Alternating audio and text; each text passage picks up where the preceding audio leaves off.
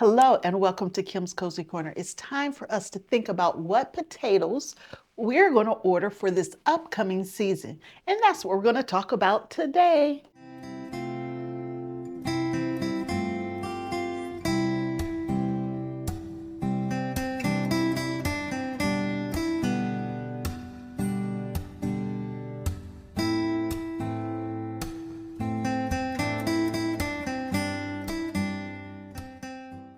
Hi everybody, my name is Kim and I garden in Southwest Ohio. I am in zone 6 or 6B to be exact. And I grow all of my own food. And it's time for us to start thinking about what food we want to grow, specifically what potatoes we want to grow for next year. Now, we had an amazing year this year growing potatoes.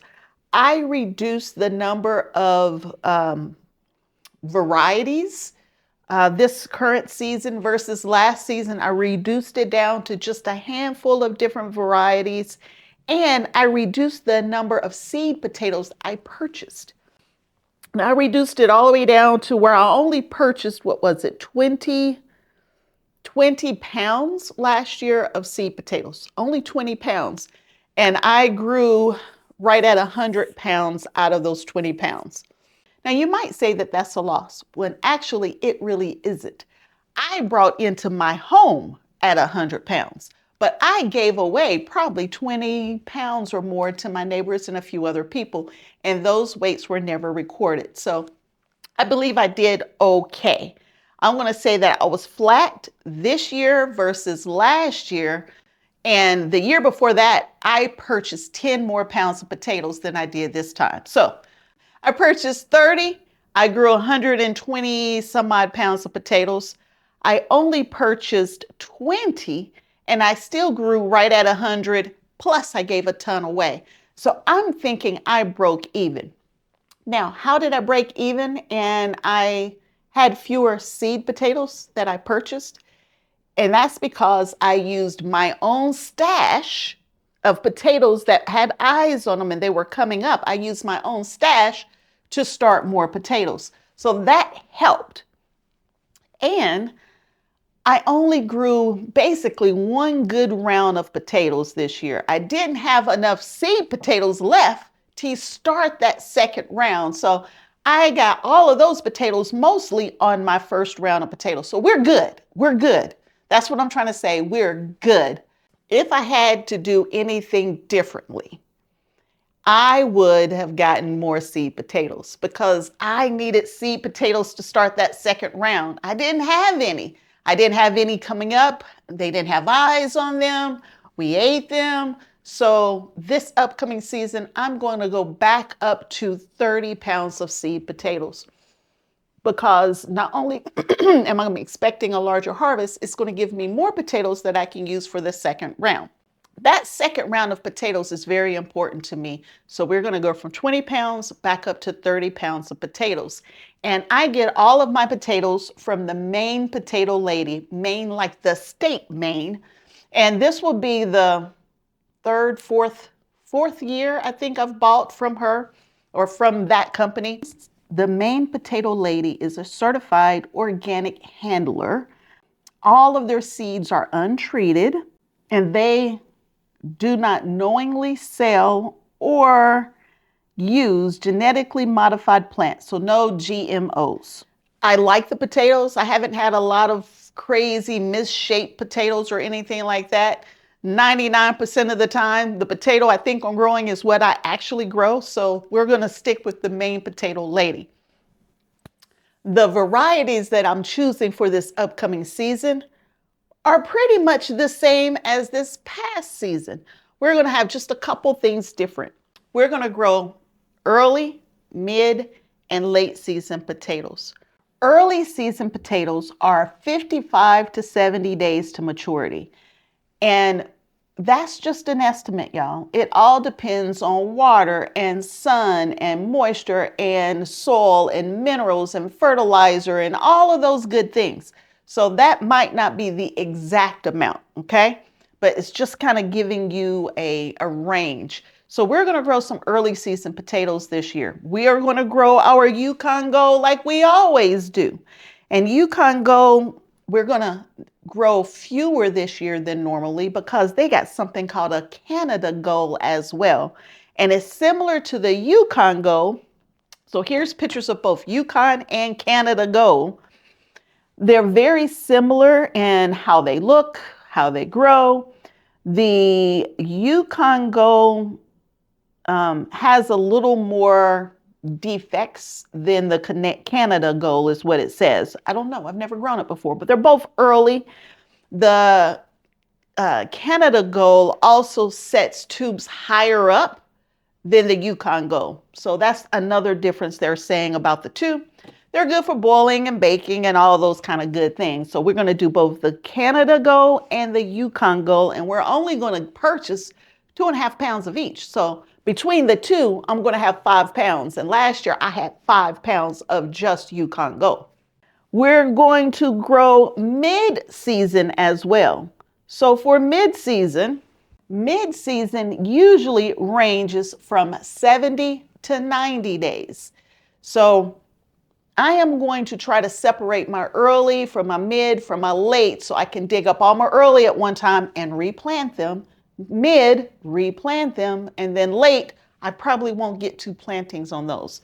But anyway, mid-season is from 70 to 90 days.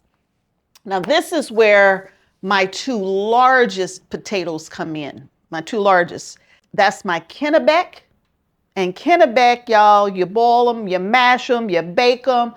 They have excellent storage. Here are pictures of Kennebec. And they gave me some of the biggest potatoes I've ever grown. Now, they also rotted in the ground, and I lost quite a few of those because I waited too late to pull those up. They last the longest in storage here. I noticed that the potatoes are softer than some of my other potatoes, but Kennebec, I took it off the shelf, put it back on the shelf last year, put it back on this year, and is going back on for year 3. Kennebec, mid-season potato. The other one, which gives me really nice large potatoes that I can do anything with, is the Purple Viking.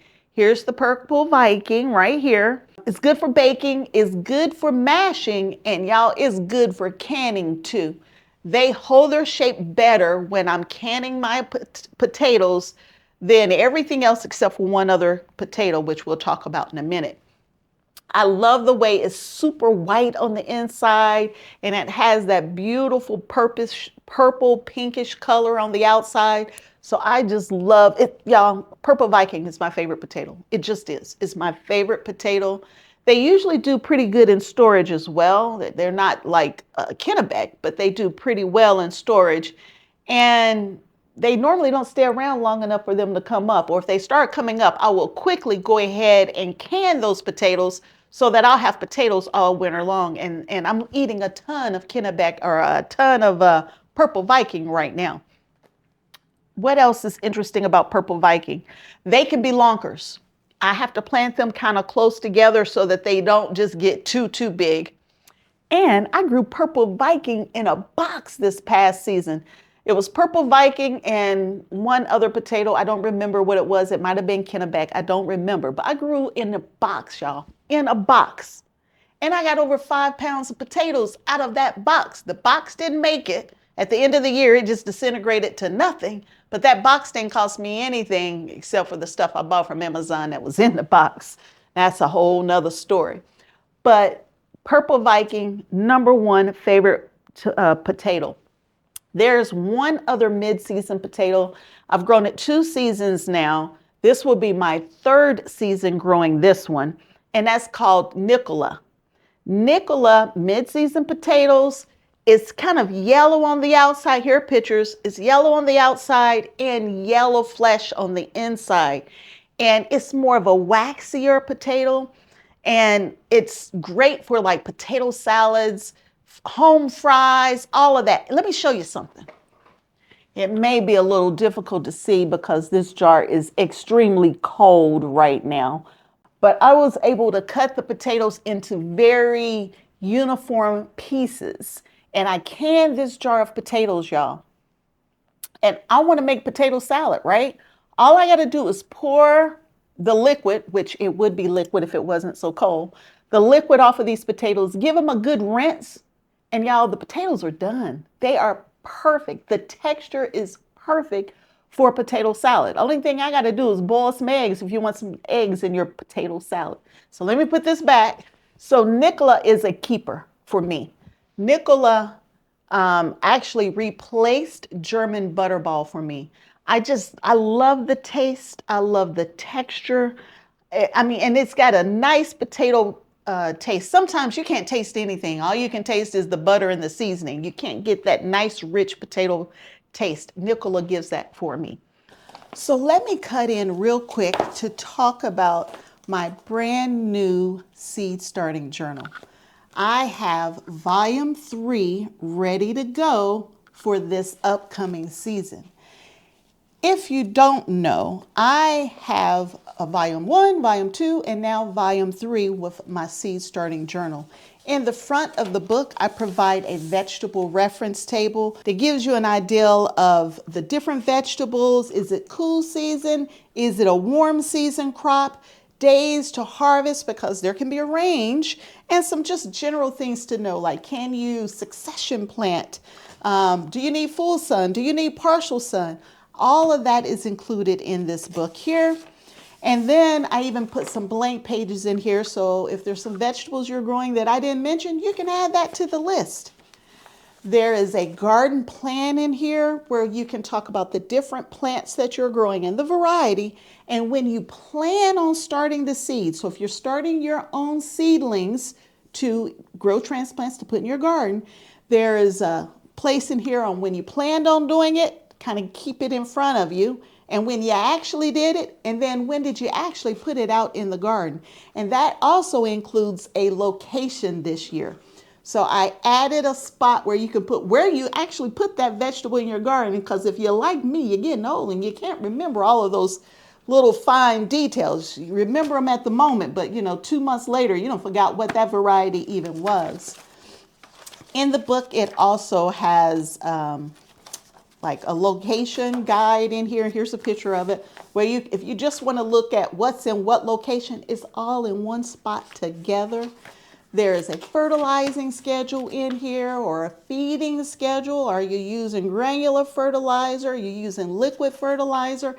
And I like to use liquid fertilizer every 10 to 14 days, but y'all, by the time the 10th day done got here, it catches up with me and I don't even realize it's here. So I can quickly look back to see how long it's been since I fertilized the garden. There are note pages in here where you can talk about, are you having bug pressures? Are you having horrible germination? Is there an issue with blight or blossom end rot or anything like that for that particular variety you're growing in that particular location you're growing it in?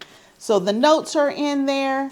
In addition to that, I have a place in here where you can kind of draw out your garden plan, which is an added benefit.